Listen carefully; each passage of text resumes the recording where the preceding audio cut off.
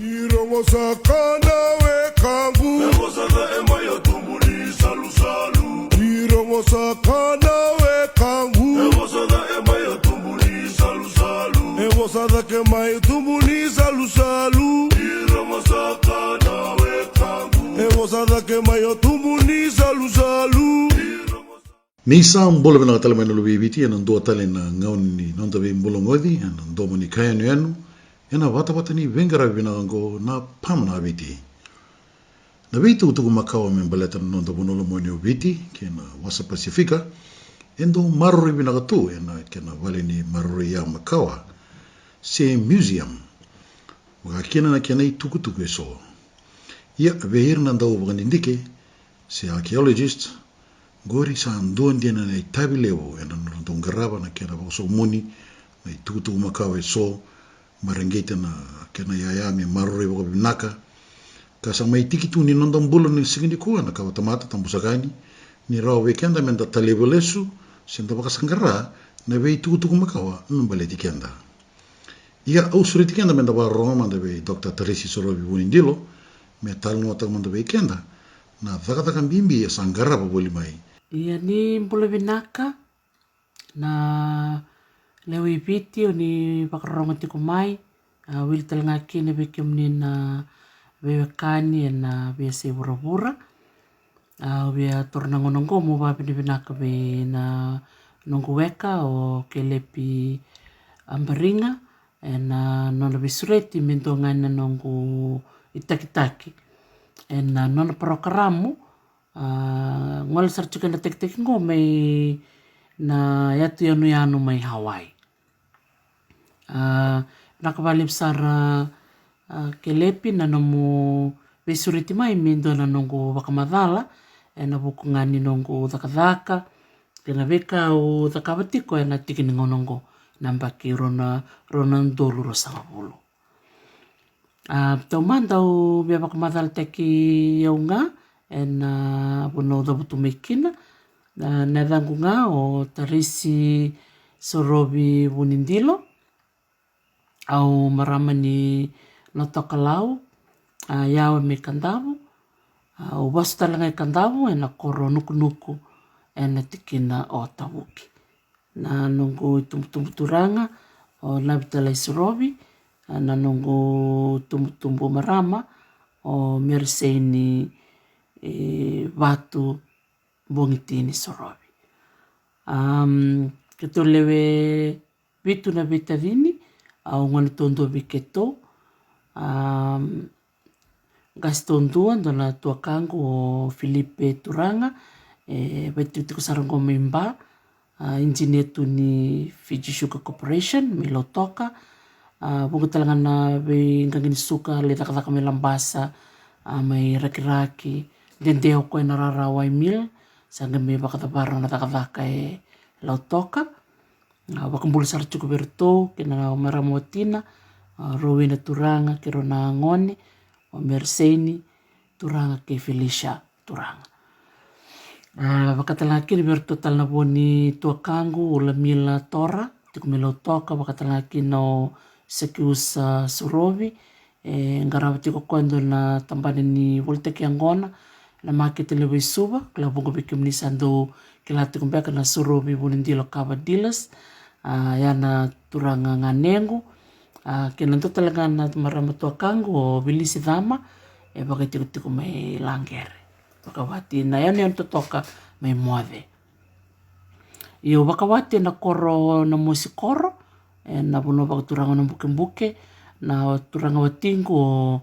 Kalisto Bunindilo kena lubengu ngone leo Merawai Rita Rokombati ke leo na ikasau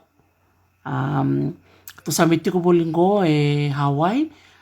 ngol mike nambaki ronondo tin kawalu na boloko sita sa mengas ni buliti ko na University Hawaii na Hilo campus na yan lebo Hawaii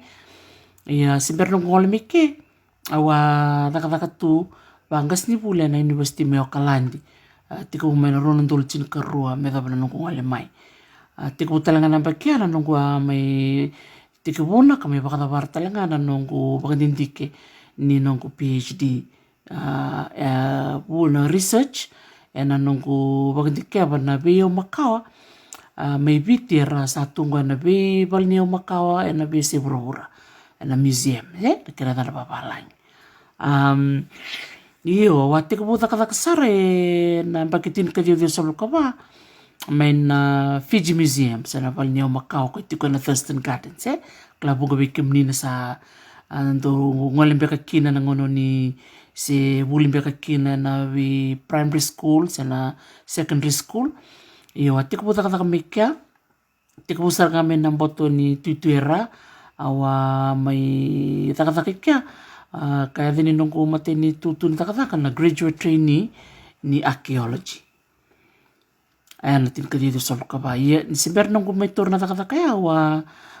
buli nga may nambuwa, primary school, secondary school, manlibata bare ro na mbaki ang dita kumbaw, o sa galikibulian na University ni Vepa, ni Pacific Kalothala. Anong ko libuliaw tour na lesson ni geography, nung ko major, sagay rotal na lesson ni umay na kina na sociology at kina history. Domo gasar na tumbo-tumbo, ardo Veitarotarogi rebe kila si lesson ni Vepa mantuturay na nung ko wuli, iyo na lesson ni watura na geography, history at kina sociology. Naman na bakitin ka dito sa lukatolo, ang dingitaki. May na university ni Vepa mongol may baka exchange student i University of Hawaii o may bula 5 na university o may sa mingas ni bulchikin ko o litol na bulay Honolulu na University of Hawaii Manoa nanong kutaka nung kumibulia baka urede ni bukia nanong kulista libiti mula kibako tiya nung kubuli toribol karaw sarkin nanong kulay dhuruen na dakataka na Fiji Museum. Total takabalevo na beka makawa, total takabalevo na rongi Talanoa makawa, kabukeukin na nung kumita katakachukin ng na Department of Anthropology. Iyo na beka bakabuli o rawataya na tinkariyo sa lukabana nung kulita kataka, ulita kataka kinaruan ang baki, Diyos nga bulkao no, so kinabiyon doon na skola sibi ni Matinto Biti, may ulakibuli na Australian National University, Canberra. Manli bata barkina na nung gubuli ni postgraduate diploma ni archaeology. Ko buke wala kina na nung kula ko abo kina BCVT na buku ni tambanang ko ni Bakikeli. Na nung gulis sumibiti au sa mi lutak sarangar tambanan ni archaeology. Ko babi ni nakakini biro na ndona maramang go Christine Burke. Maramang ni Australia ang wala may biti na volunteer ni Matinto Australia may luta ka na tambanaya meron inding tek kentua ito okay men luta ka na tambanaya usama inding tek ngon kinoyaw mio ngon ni vite ngon ito okay wabi ni binakatalanga bendo na turangan ni Japan o Hiroshi Kiguchi sa sarong komichi halos tali Japan minayan yon Okinawa o kaya nung bosa talanga turangan ni Japan nung bokalungat ni ruwa na turang maramang goro buke usar nga bali bala na bakaidur na takatakan ni Bakikeli may biti. Siya talangan ni ngula tabi nung babi ni binaka be sepeti matararamba turangan ni matuko. Teka buta kataka ko na Fiji Museum na tinkadi walo sa ngabul. Ayaw sa kalasi ruwa kina. Sa teka buta kataka turangan ni matuko ngo turangan ni Lomati na Fiji Museum. Ka baita bisar nga ko na nung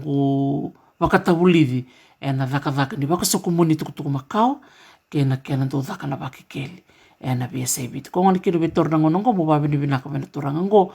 nirto na letol sar nga na turanga maramo sa tabutir tongo erto bukeu sar nga na nongko dhaka mento dhaka baka mangwasa na nongko to lako wabo ke biti na nongko dhaka ni Bakikeli tikutalkan turangan ni na Luvei o ratu chone na udombalabu kakitumita dhaka bata na nungu tiko boli may biti kau tali taka bakalip na taka bango na buku ni nonta suletal na nonta ngauna kina nonta kila na buku biti untuk tali taka bakalip na siko wabo kina bi koro kau santo dabuta chukani kina nungu taka buli na bi bono sala ko ang wale na yasawa letu ya lombi ang wale talangan ni singa toka sendun sa na rona banua wala laki taka kina matay sarangan yang baki o takatakin na Fiji Museum na tinikadio dia sa ngabul kaba. Na singa to kasi dunes kay na Yanuyanu rere te toko waia levu na koro oia lombi. Iyo, ina nungu bautia me nungu bulia me Australia, o me dhaka viti, tolu toko nungu dhaka ia me na diusanga vulka ono, me dhawasaranga na rono dulkan dua. Nimberna ni tongolea ni New Zealand baka bitamani. Ina nungu ngole ni sibirungu ngole New Zealand, au tordakta nungu tutu na Fiji Museum na Head of Archaeology Department me leo dhawasaranga ni tutu baka director. Au marutaka kina na norto windingi taki na Board of Directors na ngona ya, Board of Trustees, me autor na tutu baka director, me baka me umatembeka ni ngone ni viti. Me autor na tutu ya ni director. Marutaka baka leo na taka batikirto na nungu leo ni timi,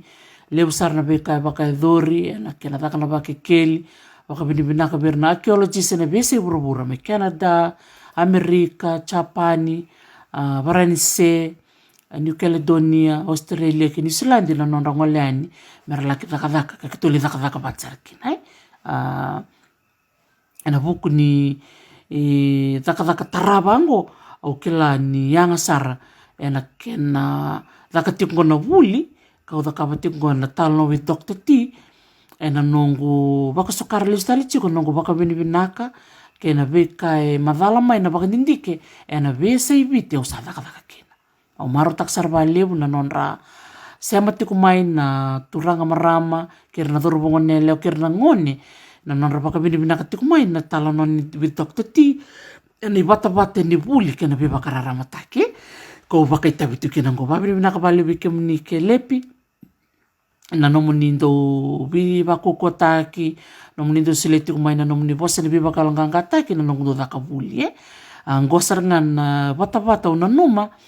me undole le ustalki na bibiti na beka undo dhakabatu na lomu ni bita nambakia ni semberna nito ngole New Zealand.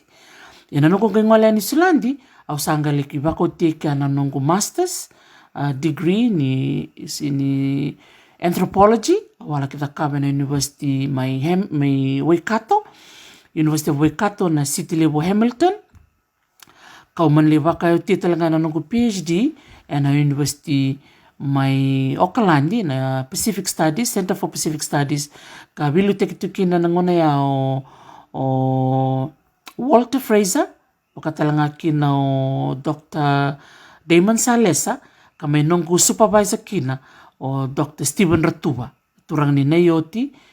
may kandabu, ka may nunggu turang saranga liuta ka saranga ko na kena baka utibi na kana nunggu taka ini buli kena baka ndindike. Ko ngone kina ubi babini binaka bena turangango Stephen Ratuba,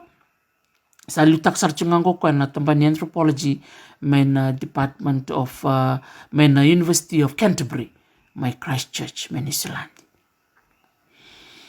Iyo, na nungu dhaka wapo ki o reidha kina nungu vuli o kila na bimbi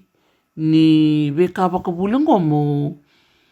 biba kukota kitale bera na ngone ki bera na tumbu ena bimbi ni kena baka tabuli titunga na nonde tukutuku makao. Roni wili talanga kina na nonda bosa. Na ndo na ulu taka ngona bosa baka biti untuk tali taka baka liu. Na kena bulidi, kena bakatabulite bira na ngone wa teka bo bakatabulite na bosa babiti New Zealand na bibono kede kitongole kina ndona kana kutalita kana bakatabulite na ngone kira talanga nangasi na nungu mi bibatabulite New Zealand Auckland ndoni ndona turanga samba ke ono sanga bulu kaba bina katoko me bulite tali na bosa bakabiti turangan ni sausap.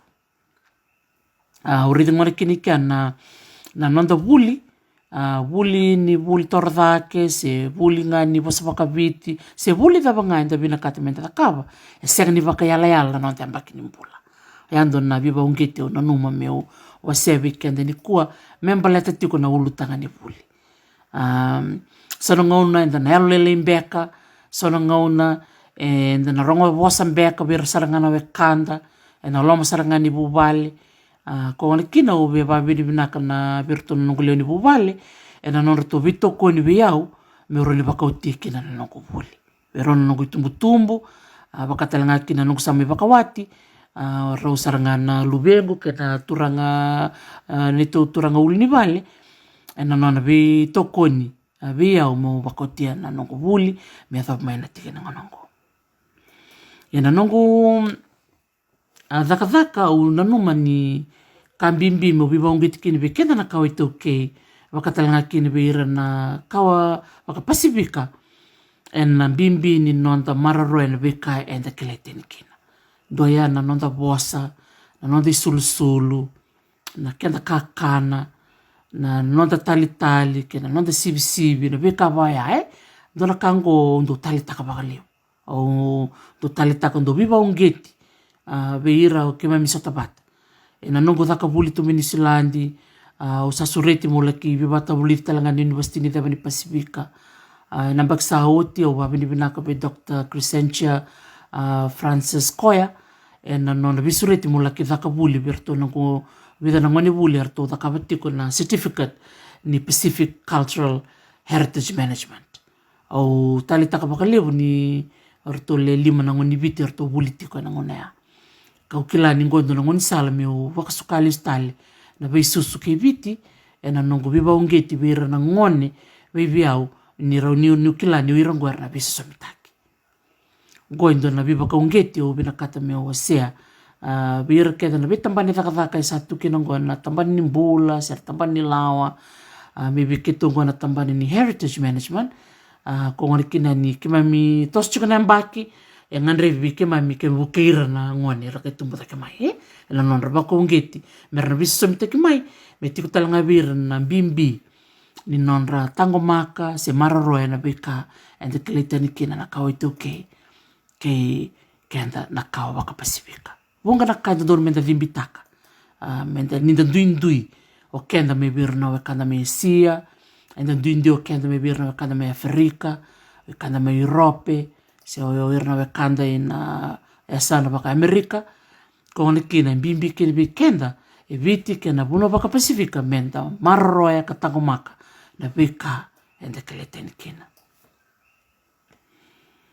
e membelete tiko ngana na nito ngole dhaki mauna kea dona kana nito marotaka na nito michuko bolingo Hawaii e bungasar na bono kato salimbutuka nito hati ko boli may Oahu ko tukina na city level Honolulu kato stabir valley na weka keto baka itoke arti ko boli may kya no kanon rabika hoitaki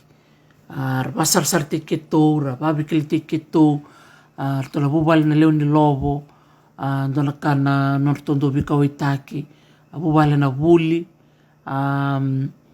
wakatalanga kina bubal talanga na lesuma dona kango na bika hoitaki tiko ena nonra rediki mamina edo bomai ia etiko na nonra bika hoitaki wakatalanga kina orandini taltala selai te tusi babini mina tiko biro baka biotini ena nonra do bika hoitaki na nitondo ngaleani Honolulu iyo na nito may tiko bolingo I Hawaii kito ngole saranga kina matasawati na ulni bono libungo o mauna ke na ulni bonongo ndo na ulni bono there tuko ni there da ko maybe na yanu na ulni bono levu o mauna ke o Mount Everest na tuko ngako na ken na there na ulni bono o Mount Everest teko mai na delingel me adasar na uluna dake walnon dolu walnon rau limsang bulamita ia o mauna kea teko mai na boto ni saulo me ada bagandu na uluni bono dake vio non dolu onnan rau tolu sang bulkarwa de reda ni robisi bitiko na vitu nan rau walo sang bulkarwa na mita ketoka lunga tasar ni keto dame dake mauna kea raki binaka keto laki sar ngaki baka bitamani ia na uli bonongo o mauna kea tiko kine rote chuko ni tin katolu na astronomy domes kongkon na domes ni bimatin tu wili kino China, Japan, o India, Amerika, we vanua e buruburu kona matentu lelea wili kino varense era maimbita tuikena nonra dom me radhakava na veka dindike ni loma ni maliolala. Era ndingi takatalengana bonongo ni na Yanuyanu Hawaii na uli bonongo mauna ke ponua rarama. Rama se ka makare se na bonua era reida kina mera rea ni na loma ni madhau. Kena maliolala nonra do baka ngataka na telescope sang talindo na kai tao i matanda. Ko ya kona buni ndingi tek chukina na uli ni bonongo mauna ke melei tarakina tin katulu na domes o ni sareda chukina baka kena itampa na nugumbita daki. Ia na usutu tiko membalitir na toki ni bonongo i Hawaii era data tiko na kena na wudi tiko metara indua na dome tolu sanga bulu na mita na kena vere tolu sanga bulu na mita sa ambon dondi na dome baka tamera balatindir kila tiko na wekanda na Hawaii na ngona na litara kina na dome go ko tolu sanga bulu na mita esa na roni wi mama na uli bono na kadambote na me kele sombu na ngara na loma ni uli bonongo me roni tarakina na dom lebungo ko ya me baka bikem ni na wekanda da barongo chukuma ni reda ni lebuti ko non baka mbesi na wekanda na Hawaii te ko bumai na bak saoti era sala ki tarakemba tu na mboto ni uli bonua na wekanda na Hawaii na nonra siang ni talitaka na baka tutu sa ambita me na matintu Amerika me la kitar na 30-meter telescope 30-meter telescope kwa ndo edana tu na TMT TMT tamata me kene baka laka ni 30-meter telescope ye me do mingo dine ni sabak ndo ni tu baka lawa na kena tar na 30-meter telescope ia sarongodi na tomonra na tokine banua ko ngone kinea o betoru kin na ngonongo me waseki na bimbi ni tomonda na tokine banua bono da banga and bese burubura o kenda na iwasi bakatamata tambusakayani and the keleti ko ninda indigenous ko ngone kinea ke bakasarao bina matentu Amerika dobir na matentu lebo na buruburongo me bakaroronga na tomonra na wekanda na Hawaii korai tauke ningele Hawaii ken balambale wekanda na matentu mai viti se na matentu da Samoa o Tonga na matentu da bangana bisi burubura ke baka enden dua bata menda baka raitaka na lomanda se na kai tiko na baka sama ninda senga ni dua bata na dola kai nda kila ni roni baka dadan na be kai tu baka boli tikenda erna roni ra baka rongo na bi matentu lip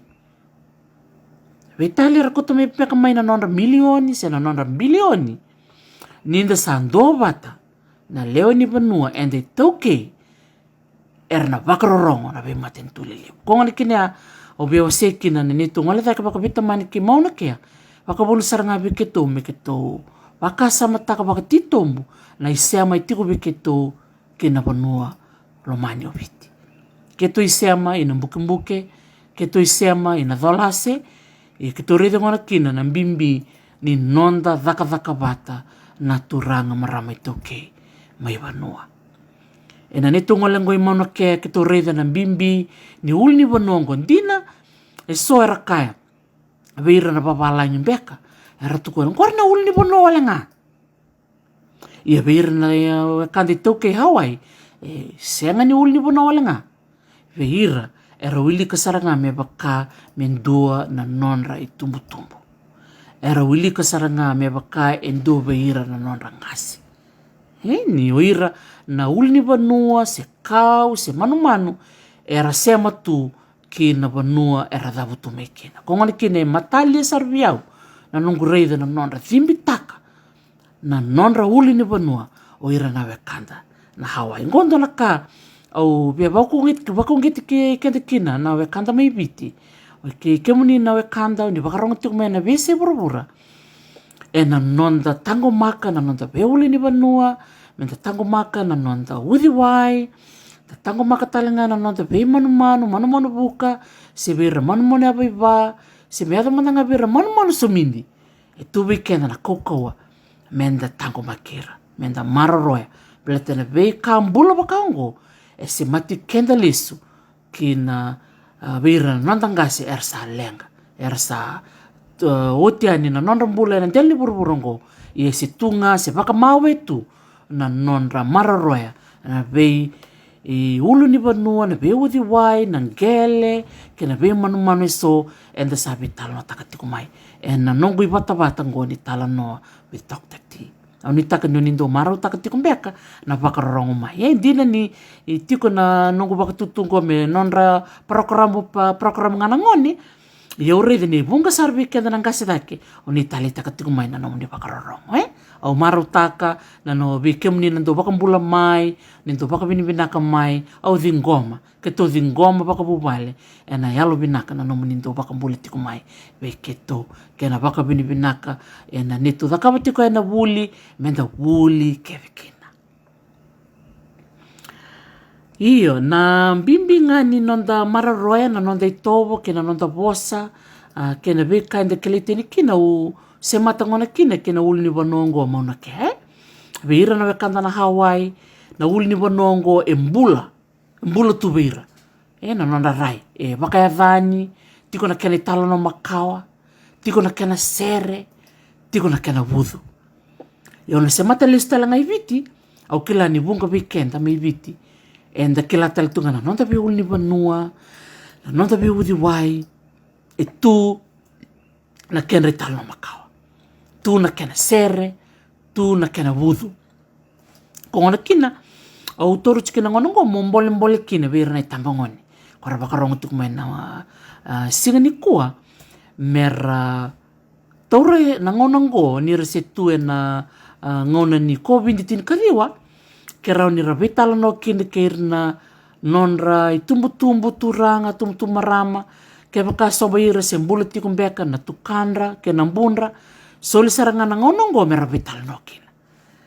Sianga ni kena balambale mo laki wuli sarana university, mo ngai dhakaba na nombaka dindike se na nom katakatoni. Ngo sarangana kena ngona. Tiko e vale, vunga vikem ni rangone, vikem ni na dhorobona ngone leo, ni saba ka teleboni tu. Nomu ni teleboni ngo saroni katona na Talanoa. Roni sona ngona, dhakatiko mbeka na nguni angona mbeka baka bubale, se na ngunu ti baka bubale, se na maso baka bubale. Roni o torno baka sarimbe ni nomu teleboni, mo katona na Talanoa. Katona na Talanoa baya. Vir Talanoa teki mbeka na ya vusa, nonda matangali, se na nonda toka. Na Talanoa teki mbeka na kende da buti, na nonda kau, na nonda manu, na nonda ika, na nonda ubi se na kenda ndalo. Ke baka dhakatiku bana Talanoa baya, o sa wakongit ke misarangana dhorobona ngone leo, o ni wakarongo tiku menikua, me katoni, na tuku bango. Bata nangona nangayado kina nangona mo ninili baka bata bubal. Satu na I baka dinandina, satu na katoni, merau ni wasea, beira na Luvei muni. Andola kana nito Talanoa takatiko baka bubale Hawaii, na lebu ni bola kere. Ngole tiku mai vanua, mai viti, ngole talachunga merebe se burubura. Ngole mai Amerika, mai Ngilandi, mai Europe, Australia, New Zealand, Asia. Na bola kere ni uira na baka tataro chuko mai. Baka tarongo mai na vitu kutuka some baleta na nonra manu, na nonra ika, na vitu vutaki, na vitambani. Nona kana ni tu talitaka, ndina ni lebu. Sombe ka sarna baka dhawada kini, keto sianga ni baka dhawada. Keto kerbi buso chunga ni mberti ko na kena somi, na bola kere se na nonra baka tataro, na nonra vina kata merakila. Na ngoni sala dhaba keto bio kani kini kerto mai rewa. Na ngoni sala dhaba keto bio kani kini kerto mai na muka.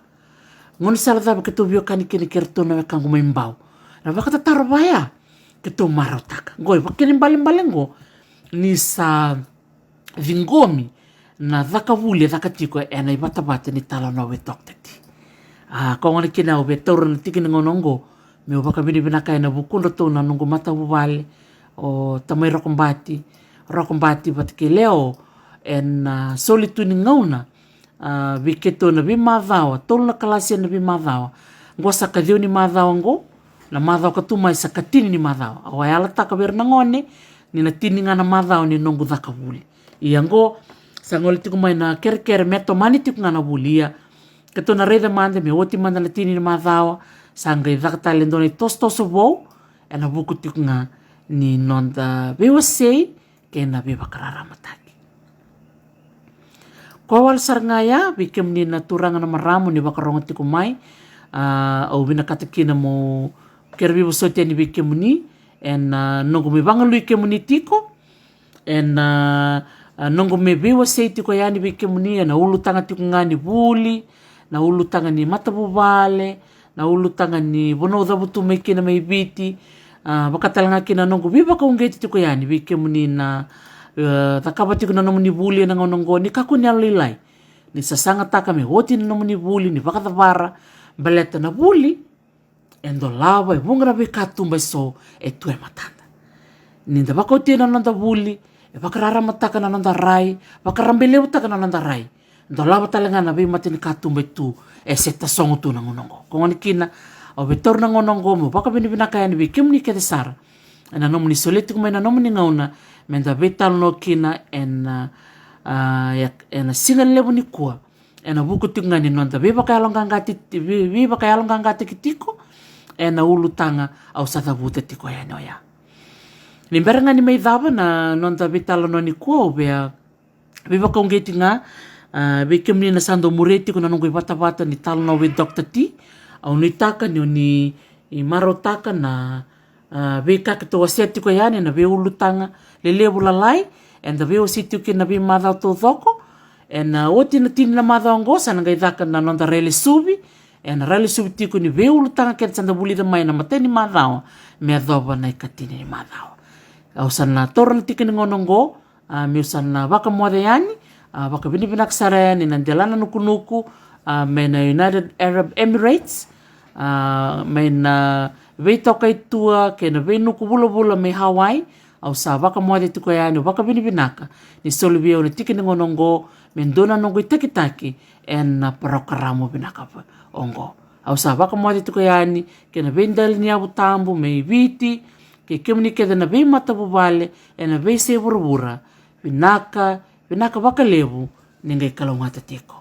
Totoko bagoti na viambulongodi mai bei Dr. Teresi Sorobi Bunindilo na ngone binango kasa kota na wanu ni na mai viambulongodi teltiu na ndonongo na mai muri na bata ni vengarabi na pamana viti. Saiko sagaya na Domoni Kai Yanuyanu na kabini singa baromo ni kua na kateni kedio ni singa ni bolo chune yambaki rono ndolu rosanga bolu me adabana dongano kataraba ni sa te modi tokomanda.